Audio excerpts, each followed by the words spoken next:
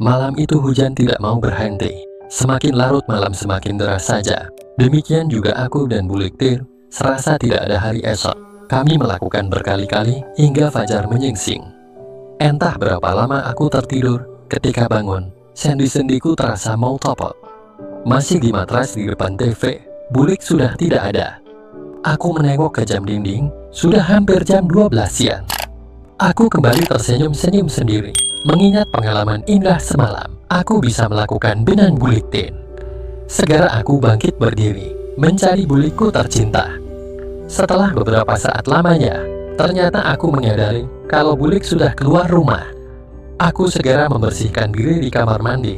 Perutku terasa lapar. Sehabis mandi, aku menengok meja makan. Hanya ada separuh telur dadar dan satu tempe goreng. Karena lapar, aku segera mengambil nasi dan menyantap dengan lauk seadanya. Baru saja aku selesai makan, terdengar suara pintu depan dibuka kuncinya dan kembali menutup. Segera aku bangkit berdiri, lalu menyambut Bulik Tin yang sudah masuk ke dalam rumah. "Nah, pasti baru bangun ya?" ucap Bulik Tin menghampiriku dengan langkah terpincang. Dia meletakkan tas belanjaannya. "Dari mana, Li?" tanyaku sambil membantu membawakan tas belanjaannya ke dapur. "Belanja, sekalian Bulik beli pil di kota tadi. Dasar tidak nyadar apa yang barusan kemarin malam kamu lakukan sama Bulik." "Untung bukan pas masa baiknya Bulik," jawab Bulik Tin sambil menaruh tasnya di meja. Aku tersenyum. Memang kemarin tanpa perencanaan apapun, aku tanpa sadar menaruh semua di DLM. Untung Bulik segera menyadari dan membelinya. "Sudah makan apa belum kamu, Tok?" tanya Bulik berjalan tertatih menuju dapur. "Sudah Bulik, tadi sama sisa telur dadar dan tempe," jawabku. Bulik terkekeh sambil mengeluarkan barang-barang belanjaannya. "Bisa kenyang kamu?" Bulik bertanya sambil tertawa kecil. Karena Bulik tahu porsi makanku termasuk banyak. "Kenyang ndak kenyang, wong adanya itu," ucapku sambil peluyuk Bulik Tin dari belakang. "Tok sudah, Bulik kan juga capek," ucap Bulik berusaha menghindari. Aku tidak menyerah. Akhirnya kami pun melanjutkan acara seperti semalam. Di tengah asik-asiknya, tiba-tiba terdengar dering telepon di ruang tengah. "Bentar Tok, ada telepon tuh," ucap Bulik mendorongku untuk bangkit berdiri. Aku setengah protes, karena sedikit lagi aku sudah akan tiba. Sambil bangkit berdiri, dia juga sempat ngedumel. Aku pun hampir menggerutu, tapi sebelum sempat keluar kata-kata dari mulutku, Bulik Tin menempelkan jarinya di bibirku sambil tersenyum manis. "Nanti ya dilanjut lagi, Sopo ngerti kita telepon penting," ucapnya, lalu berdiri terpincang menuju ke ruang tengah. Aku menghembuskan nafas panjang, kalah dah kalau Bulik sudah memberikan senyumnya yang manis itu. Dengan tersiap, aku mengambil sendal jepitku dan menyusul Bulik di ruang tengah. Di ruang tengah, tampak Bulik berdiri di dekat kursi sambil menerima telepon. Dan memang tampaknya telepon tersebut penting, terlihat dari wajah Bulik yang serius. Jawaban-jawaban singkat keluar dari Bulik ketika menjawab telepon tersebut. Dia melirik ke arahku sebentar, lalu mengisyaratkan agar aku jangan bertanya dulu. Aku terdiam saja sambil memperhatikan Bulik. Timbul niat isengku. Perlahan aku menuju belakang Bulik Tin. Aku tersenyum ketika melakukan dari belakang. Tangan Bulik menepis halus sambil mendelik mengisyaratkan supaya aku diam.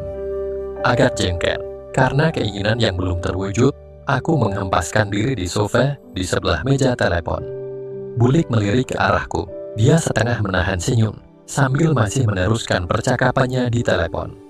"Je, lah opo ngomong bek totak gawe," kata Bulik di telepon, lalu mengangsurkan gagang teleponnya ke arahku sambil mulutnya berbisik, "Bapakmu." Aku jadi bertanya-tanya sambil menerima gagang telepon yang diangsurkan Bulik padaku. "Ya Pak," ucapku. Suara bapakku di seberang sana langsung menyambung dengan cerita bahwa besok sore akan datang adik bapak, Bulik Lasmi dengan kedua putri kembarnya. Bapak minta agar aku ikut menjaga mereka sementara. Mereka akan tinggal sementara di sini. Aku terdiam berusaha mengingat-ingat. Bulik Lasmi adalah adik bapak yang tinggal di Jakarta, menikah dengan orang Amerika, dan mempunyai kedua putri kembar yang kira-kira seumuran denganku. Bulik Lasmi mungkin berumur sekitar 36 tahun dan putri kembarnya seumuran denganku. Mereka bernama Sinta dan Yasmin. Sudah lama Bulik Lasmi sekeluarga berada di Jakarta dan jarang sekali berhubungan dengan keluarga lainnya dikarenakan kesibukan suaminya yang sering keluar negeri untuk berbisnis. Maka dari itu, aku juga sudah lama sekali tidak pernah ketemu dengannya dan kedua putrinya. Bapak meneruskan ceritanya, jika sebenarnya Bulik Lasmi sudah bercerai beberapa bulan yang lalu dikarenakan suaminya yang nikah lagi dengan wanita lain dan kembali ke Amerika. Hanya saja Bulik Lasmi baru berani bercerita kepada bapak kemarin karena dia sudah tidak bekerja dan tabungannya sudah menipis. Kedua putri kembarnya pun batal untuk masuk universitas karena perceraian kedua orang tuanya. Akhirnya dengan terpaksa, Bulik Lasmi memohon kepada bapak untuk biar diperbolehkan tinggal bersama Bulik Tin untuk sementara waktu, sementara dia mencari kerja di tempat ini. Karena dia berpikir akan lebih mudah hidup di desa daripada di Jakarta tanpa pekerjaan. Sebab itulah bapak akhirnya menelpon Bulik Tin tengah malam seperti ini untuk menceritakan keadaan yang sebenarnya. Iya Pak. Pasti, aku menjawab sambil mengangguk-angguk. Aku mengansurkan telepon kepada Bulik Tin lagi. Mereka bercakap-cakap sebentar, lalu Bulik Tin meletakkan gagang telepon, menandakan percakapan sudah selesai. Sesaat kami berdua merenung di kermangan ruang tengah, memikirkan percakapan bapak tadi, lalu merasa ikut prihatin dengan keadaan Bulik Lasmi, serta perasaanku juga berganti dengan rasa ingin tahu dan berusaha mengingat keras bagaimana sekarang wajah Bulik Lasmi dan kedua putri kembarnya. Bulik tersenyum sambil mengedipkan mata, mengisyaratkan agar kita berdua kembali lagi ke kamar. Dengan senang hati, aku bangkit berdiri, lalu mengikuti Bulik Tin masuk ke dalam kamarnya. Besoknya, Minggu pagi, kita berdua mulai sibuk membereskan barang-barang dan kamar yang nantinya akan ditempati Bulik Lasmi dan kedua putrinya. Apa boleh buat, kamarku akhirnya dirombat dan diatur sedemikian rupa supaya muat ditempati 3 orang dan aku sendiri pindah ke ruangan Bulik Tin. Menjelang pukul 2 siang, baru semuanya beres dan siap. Mereka akan datang kira-kira pukul 5 sore, jadi masih ada waktu bagi kami berdua untuk berbenah diri. Beberapa saat kemudian, kami bersiap-siap menyambut kedatangan Bulik Lasmi dan kedua putri kembarnya. Jam menunjukkan 17:25. Ketika sebuah taksi berhenti di depan rumah Bulik Tin. Aku dan Bulik Tin bergegas menuju ke depan rumah untuk melihat siapakah yang datang. Seorang wanita keluar disusul dengan kedua cewek kembar yang jelas-jelas menunjukkan pasti ini Bulik Lasmi dan kedua putrinya.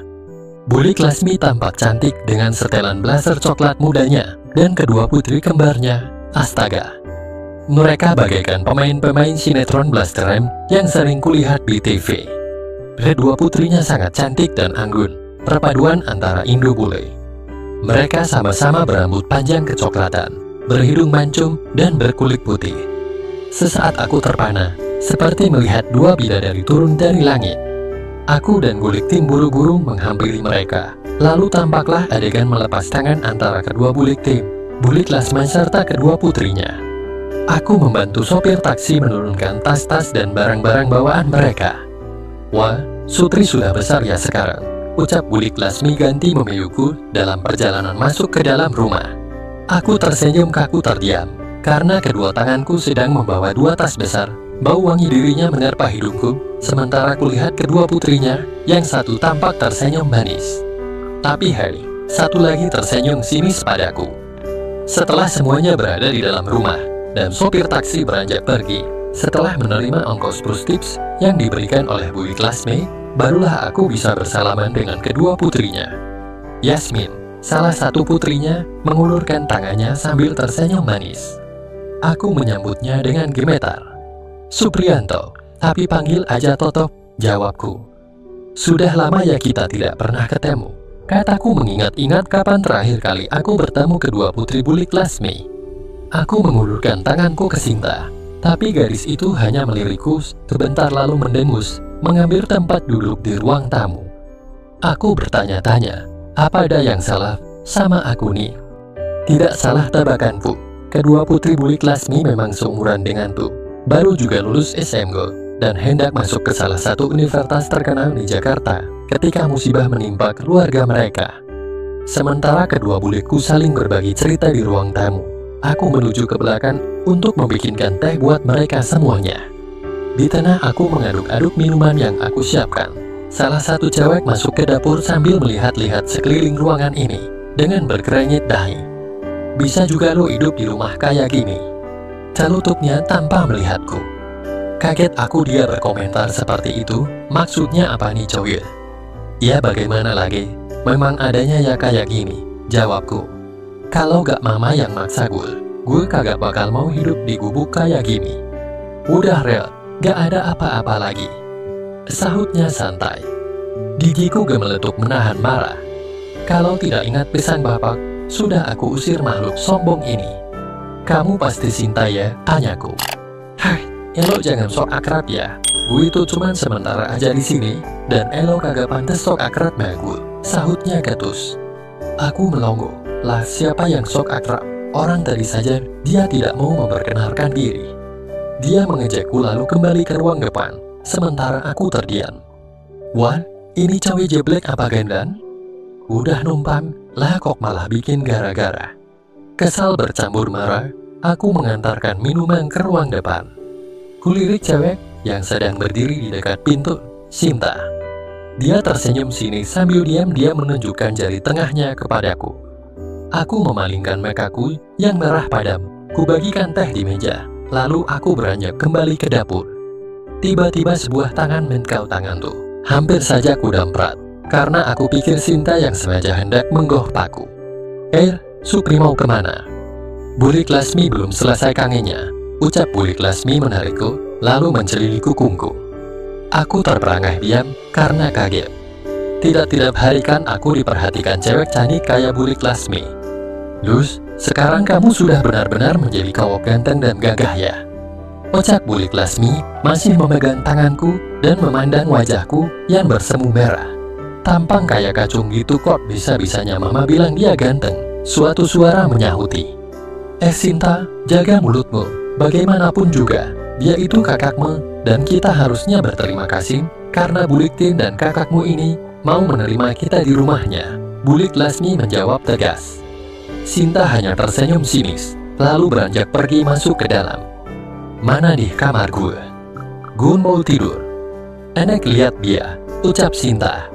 Sebelah dapur itu Sinta, Bulik Tin menjawab pertanyaan yang kurang ajar tadi. Bulik Lasmi bergumam kesal. "Maaf ya Dim, anakku yang satu itu memang agak susah diatur," ucap Bulik Lasmi. "Gak apa-apa kok Bab, namanya aja masih remaja," kata Bulik Tin menetralkan suasana yang sempat tidak enak ini. Aku duduk di tengah-tengah antara Bulik Lasmi dan Yasmin. Tangannya merangkulku sambil bercerita mengenai kehidupannya di Jakarta. Sementara aku mencuri-curi lihat kepada Yasmin yang banyak diam dan hanya memainkan jari-jari tangannya saja. Aku hanya berharap semoga Yasmin tidak seperti kakaknya yang egois itu. Diam-diam aku memperhatikan Bulik Lasmi yang memang terlihat ramping dan cantik. Wajahnya tampak anggun, sementara secara keseluruhan tidak menampakkan dia sudah mempunyai putri yang sudah beranjak dewasa. Aku jadi malu sendiri. Asko bereaksi tanpa bisa kucegah. Beberapa hari kemudian, aku sudah bisa membedakan yang mana Yasmin dan yang mana Sinta. Jelas saja, walaupun mereka kembar, tetapi sifat mereka bagaikan bumi dan langit. Sinta agak tomboy, egois, malas, dan seambrek sifat jelek lainnya. Sedangkan Yasmin, anaknya diam, rajin, pembawaannya halus, dan tidak banyak omong. Beberapa kali aku cekcok dengan Sinta, dan Yasmin lah yang menengahi, bahkan lebih sering membelaku daripada saudarinya. Dan beberapa hari ini, hanya kami bertigalah yang lebih sering berada di rumah, karena Bulik Tin pergi mengajar, dan Bulik Lasmi berusaha melamar pekerjaan. Sedang aku makin frustasi, karena sudah beberapa hari ini, aku dan Bulik Tin tidak pernah melakukan kegiatan pribadi lagi. Bulik Tin tidak mau ambil resiko, mereka bertiga ada yang memergoki hubungan ini. Aku mengerti, karena tahu resiko yang akan ditanggung, tetapi asku ikilot, kupoyo gelem nartai. Bagaimana bisa, jika setiap hari berada di rumah dipenuhi bidadari-bidadari yang cantik ini? Dan yang paling membuatku makin sebal, tingkah laku Sinta yang sengaja menggohpaku. Seringkali dia menggunakan lembaran yang sangat beda. Walaupun tiap hari tidak absen bertengkar dengan dia, Namanya aja lelaki normal disuguhi pemandangan seperti itu. Jelas saja gelisah. Dan dia tersenyum lega ketika dia berhasil membuatku gelisah. Sialan, suatu siang. Lo, bikinin gue minum dong. Haus nih, mulai lagi nih anak. Bikin sendiri saja man, gak ada tangannya. Sahutku cuek sambil membaca majalah. Duduk berseberangan dengan dia di ruang tengah. Elo kan yang punya rumah. Apalagi Elo tuh tampangnya udah kayak kacung. Ya semestinya Elo bikinin gue minuman. Syukur-syukur deh kalau sama camilannya sekalian. Cerutosnya. Justru aku yang sebagai punya rumah tanya sama kamu. Sudah pantas kamu ngomong gitu. Apa kamu tidak pernah diberikan pendidikan dulunya? Kagak sekolah ya lo? Balasku buat juga. Gila ya lo? Sekolah gue itu sekolah mahal tau. Ama sekolah lo yang di kampung gini bedanya jauh man. Lo bayar di sini hampir lulus SMA, baru lo bisa sekolah di tempat gue. Itu pun baru bisa cicil bayaran sebulan. Sentaknya sambil berdiri menunjuk ke wajahku. Lalu kenapa kamu seperti tidak punya aturan? Susah punya anak kayak kamu. Sahutku sambil berdiri mau menghindari pertengkaran lebih lanjut. Anak, bapak ibumu tuh yang harusnya kasihan. Punya anak tampang kacung kayak Elo. Ibumu mati pun tidak tenang di sana mikirin tampang Elo yang belum sempat dia menyelesaikan kalimatnya. Tanganku mencekal mulutnya yang sedang terbuka.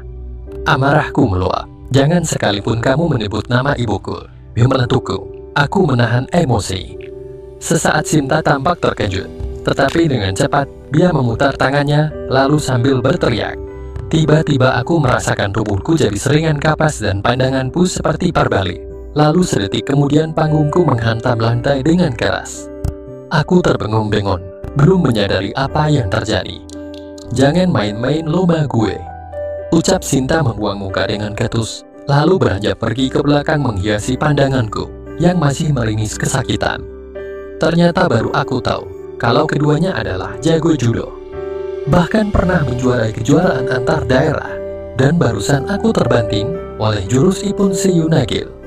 Makin beranilah Sinta setelah kejadian siang itu. Sedang aku makin mengkerep.